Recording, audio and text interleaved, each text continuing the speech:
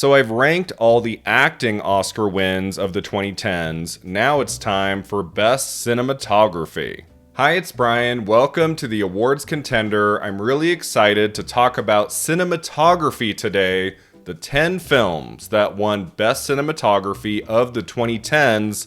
Let's start with number 10, Emanuel Lubeski, Birdman.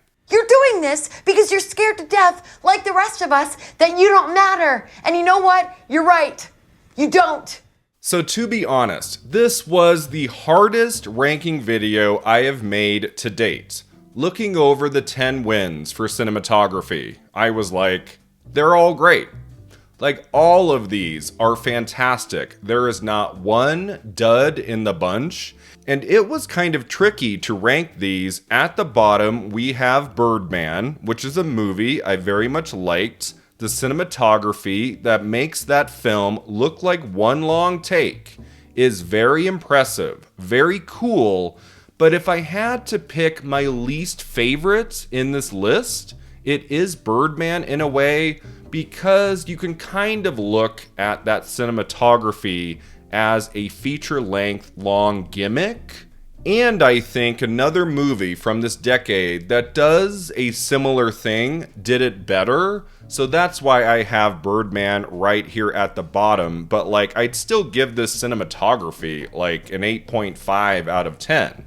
This is not a bad win for Emanuel Lubeski. That roaming camera, the way it envelops all of those spaces and those great actors, like, this is solid. Just compared to the other 9, I just have to put this one last. I want to especially share this with my friend Alejandro Gonzalez Iñárritu, an extraordinary director.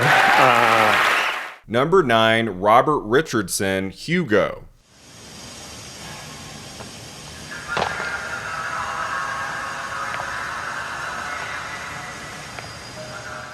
So this was also a dazzling movie to watch opening weekend in the theater in 3D. Remember that craze of 3D that started with Avatar and then went into 2010, 2011? So many movies were being shot, presented in 3D. One of the very few 3D films from that era that did look phenomenal and that was meant to be seen in 3D was Martin Scorsese's Hugo from 2011, which got a ton of Oscar nominations across the board and was one of my favorite movies from that year. So why do I rank this cinematography win for Richardson at number 9? And not number like 5 or 4 or something? In terms of the look of that movie, all of the shots, all of the scenes, I don't really remember as much of this movie compared to most of the other films in this list. The cinematography is colorful and gorgeous, and Richardson is trying new things, especially in a genre like this, a kind of fantasy film with kids at the center of the narrative. It's just not super memorable, I would say. Again, this ranking video is a little silly because all 10 of these wins for cinematography are stellar. I could have probably put Hugo at 5 or 4 or something. This is mainly personal preference. Like, the cinematography wins I adore the most, Hugo, sadly, isn't one of them. I can't believe somebody put cinematography up first. So I can only go up from this point. I want to thank you all. Number 8, Linus Sandgren, La La Land. I remember she told us that she jumped into the river once. Barefoot. This win was bound to happen. La La Land got 14 Oscar nominations, tying the all-time Academy Awards record with All About Eve and Titanic. And when it came to technical categories, La La Land was going to do very well. This Oscar win for cinematography just seemed inevitable. Take, for instance, that opening scene of La La Land. The opening musical number on the LA freeway. It is so stunning. That was definitely a musical number we had never seen before. And then throughout that film, all of the colors, all of the dazzling ways the camera moves around the actors, the way director Damien Chazelle does not want a bunch of cuts in this musical. He's not making Moulin Rouge here. He wants the camera to really tell a story. I think about the cinematography at the very end. It's so beautiful, so dreamlike, and this is a great win. In a different decade, this might have been number 4, number 3. I just think maybe it's not quite as revolutionary of cinematography as some of these other picks, but seriously, this is phenomenal work. This film was made with so much love and passion and struggles, and it was all thanks to you, Damien. Number 7, Emanuel Lubeski, The Revenant.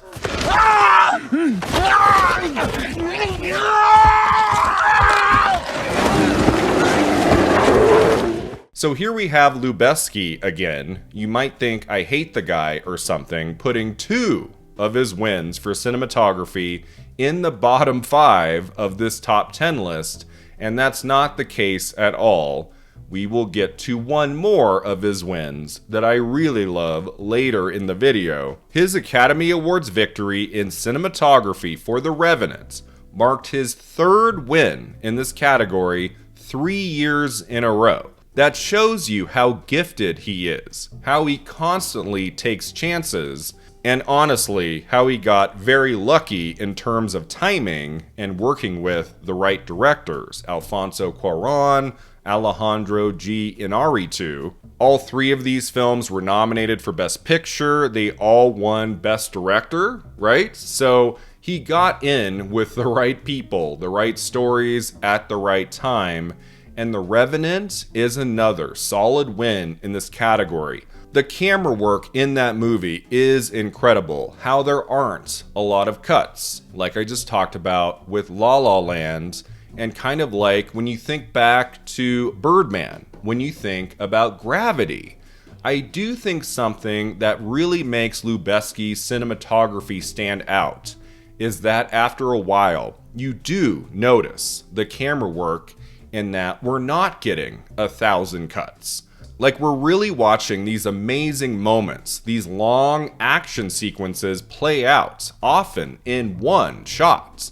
And you're like, how did they do that? How did they accomplish that shot? And the shot after that, that's what you take away often from films photographed by Lubeski. I mean, the bear attack scene in The Revenant was one of the most memorable moments from that year in cinema. The making of this movie was apparently hell on earth. Apparently it was very tough. And what Lubeski brought back to show the world is really stellar stuff. I was thinking about putting this one closer to number 5. I have it at number 7, honestly, because this is the year I do think we got the best cinematography Oscar nomination of the decade that didn't win, John Seale for Mad Max Fury Road. That would have also made an amazing all-timer Oscar victory in this category, and it still bums me a little bit, like we couldn't give this to Seale for his revolutionary work in Mad Max Fury Road, especially because Lubeski had just won 2 Oscars back-to-back. Did we have to give Lubeski a 3rd? As impressive as his work is in The Revenant, I do think this Oscar win should have gone to Seale for Mad Max Fury Road. And to all the cinematographers that were nominated with me, I admire you so much. I love your work. Alejandro, thank you so much, guys. Number 6, Roger Deakins, 1917.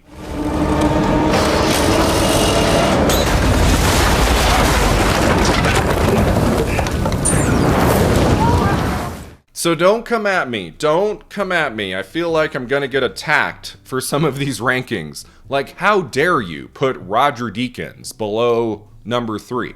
Like, who do you think you are? Like, what are you talking about? Roger Deakins should always be number 1. And, you know, I kind of agree in a way, because Roger Deakins is one of the best at what he does. There is a reason he has so many Oscar nominations in Best Cinematography, going all the way back to The Shawshank Redemption. He is a phenomenal talent who has made the movies better for his participation in them, and his work on the film 1917 is nothing short of extraordinary. Here we have a case like Birdman, where director Sam Mendes decided to tell a World War I story as seemingly one long shot that never breaks, that never cuts.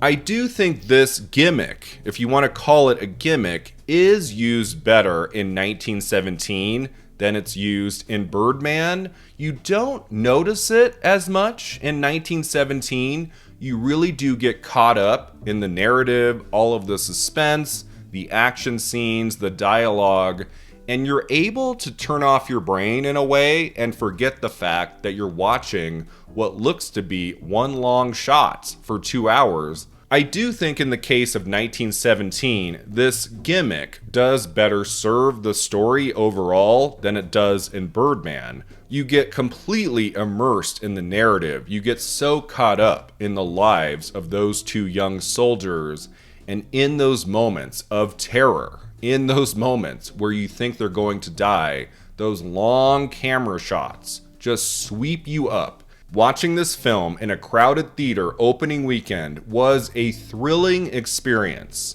And so why do I have this at number 6? Because I prefer the other Roger Deakins cinematography win of the decade, and because of the gimmick, I guess. But I have nothing negative to say about the cinematography of 1917. Roger Deakins knocked this one out of the park. They would all want me to say, thank you, Sam Mendes, for the most wonderful experience. Thank you. We'll never forget it. Number 5, Alfonso Cuarón, Roma.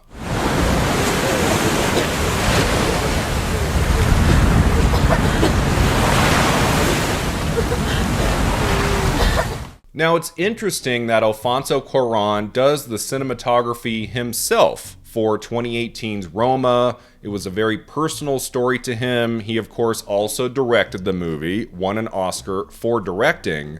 I don't know how often that's happened where a director shoots his own movie, wins Oscars in both directing and cinematography.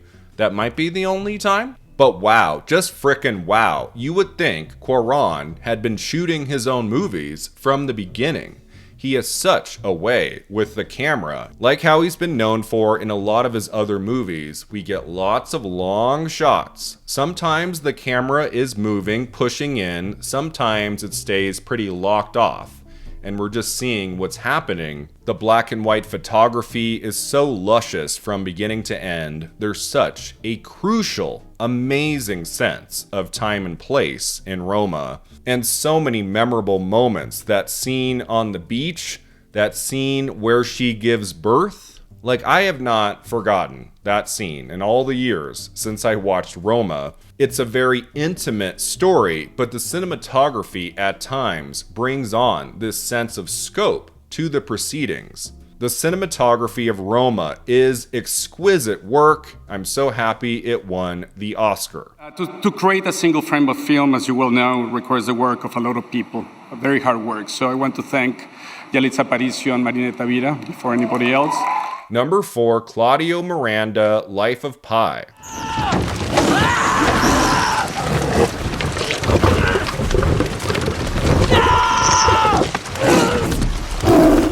So something I realized putting together this ranking list is that at the top here, we have films that really felt like a breakthrough in technology to get stories told on the screen that otherwise, years before, never would have been able to happen. That is the case with all 4 of these top choices. We start with Ang Lee's Life of Pi, which was easily one of the best films of 2012. I have some issues with the very end of that movie, like the last 15 minutes, I would say, Otherwise, it is a stone-cold masterpiece where the middle hour 15 or so, makes you believe in what you're seeing on that boat in the middle of the ocean. You forget you're looking at visual effects after a while. At least that was the case for me.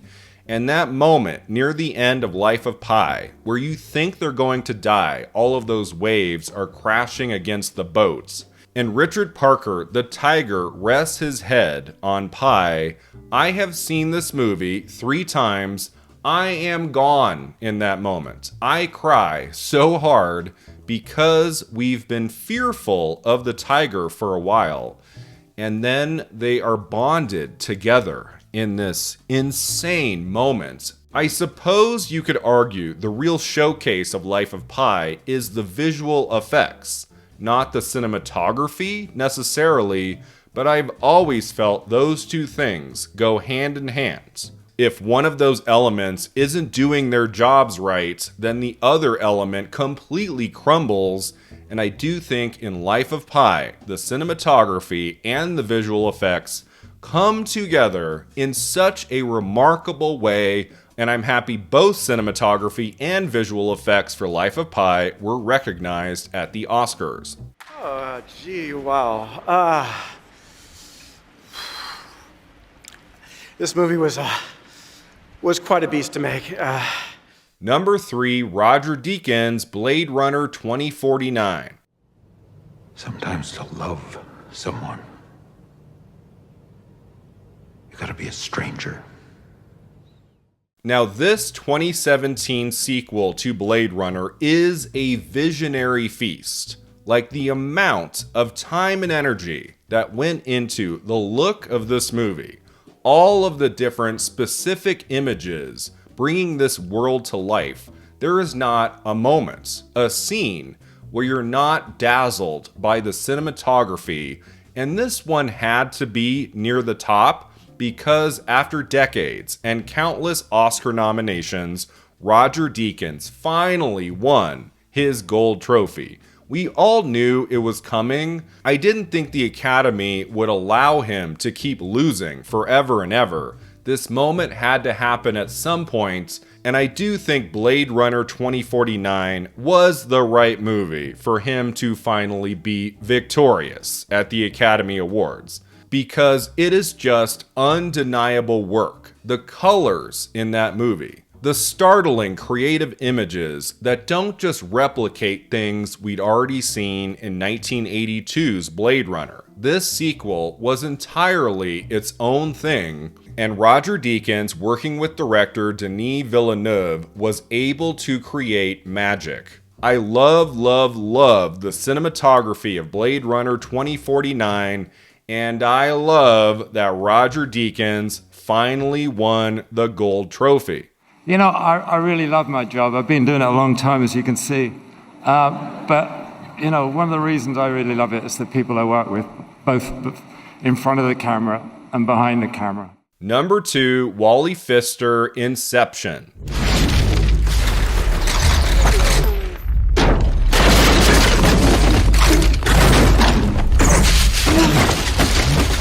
Honestly, let's face it, every movie directed by Christopher Nolan looks incredible. Every new movie of his feels groundbreaking in a way, of such stature, of such scope. It doesn't matter if it's a small film like Memento, and it doesn't matter if it's a giant epic like Oppenheimer. The cinematography in his films is always so precise, well thought out, filled with memorable images from beginning to end, and one of the most dazzling examples of cinematography in a Christopher Nolan movie, to be sure, is in 2010's Inception. The cinematography of Inception is so compelling, so groundbreaking, so mind-boggling at times. What they were able to capture on the screen for that movie, bringing us into these dream landscapes where at times we're not sure, are we watching reality? Oh, it's definitely not reality. And the blending of cinematography with visual effects throughout Inception is a colossally impressive work of art. I completely adore Inception. It is a modern classic, especially of the summer blockbuster, of the action film. And that Oscar win for Wally Pfister in Best Cinematography is an all-timer. Thank you so much. This is a phenomenal honor for me. Thank you to the Academy for this great honor and for the respect that you've shown for all cinematographers. And finally, that takes me to my number one choice. What do I think was the best Oscar win in cinematography of the 2010s? To be honest, everything from 10 to 2, I could have moved things around. I could have taken number 9, put it at number 6, taken number 3, put it at 5. But come on, no other movie was ever going to take the number one choice. It's Emanuel Lubeski, Gravity.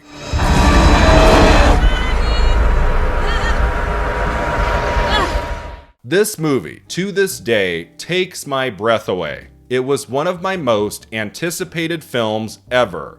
I'm a huge Alfonso Cuarón fan. I'm a huge Sandra Bullock fan. I had always wanted Sandra Bullock to team up with an auteur director, like someone who really knew how to use her effectively in a narrative, and Cuarón did in a film that was his first since Children of Men. It had been 7 long years, and I was so intrigued, like what was this movie? What was Gravity going to be? And that opening night, it just completely blew me away. Everything I'd hoped it would be, it was, and then some. I mean, it's got Sandra Bullock's best performance in the movies, by far. It's got a very haunting, affecting story about isolation and grief that just so happens to be set in space.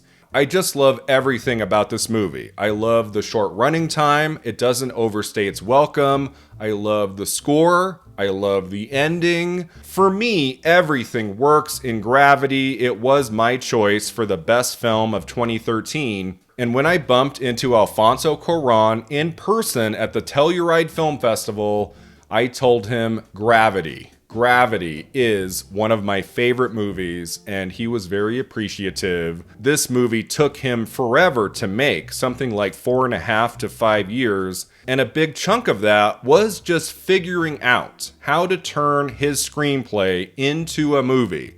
Like how to get those images on the screen. Many told him it couldn't be done, but Cuarón and his cinematographer Emanuel Lubeski figured it out and ultimately gave us a visionary breakthrough in the movies for the ages. That astonishing 13-minute long unbroken shot that takes us through space and time, showing us people at work. The action moments in Gravity hold up better, I think, than most movies being made today. And all of those quiet moments with Dr. Ryan Stone when we're not hearing very much, often done in long takes without cuts, where she's crying, waiting to die, where she's trying her best to survive, leading all the way to that glorious and rousing final shot. The cinematography in Gravity is astonishing work. It is one of the most beautiful films I have ever seen. Emanuel Lubeski is a genius. There's a reason he won 3 Oscars in a row. You look at his body of work, and it's just unbelievable what this man has put on film. What he has captured for the world of cinema is awe-inspiring. I will always cherish the work he did on Alfonso Cuarón's Gravity. This is easily, I would say, my number one choice for the best Oscar win in cinematography of the 2010s. My parents, my family, my friends, my teachers, not all of them, but some of them. And thank you so much. Good night. Thanks so much for watching and subscribing, and let me know in the comments below how would you rank the 10 best cinematography Oscar wins from that decade, and we'll see you next time at the awards contender.